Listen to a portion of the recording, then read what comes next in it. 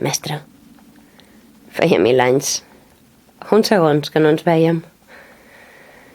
Avui els nostres cossos s'han creuat, granats d'indiferència, just al portal del centre educatiu on succeí tot.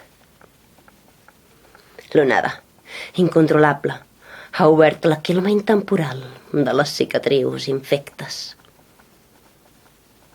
Jo tenia poc més de 15 anys.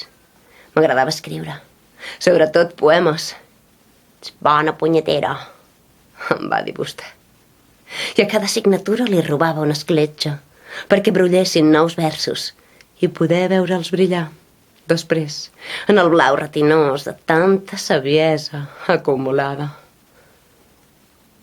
Ets bona punyetera, ets bona. Que ets verge. El despatx es tenyia de totes les decepcions possibles, amb dolors als somriures i llet condensadament cruel, per sempre més criant ampolles. El cercava pel vers, no per un pervers conjur serpentí que m'anul·lés el ventre i m'anul·lés el ventre.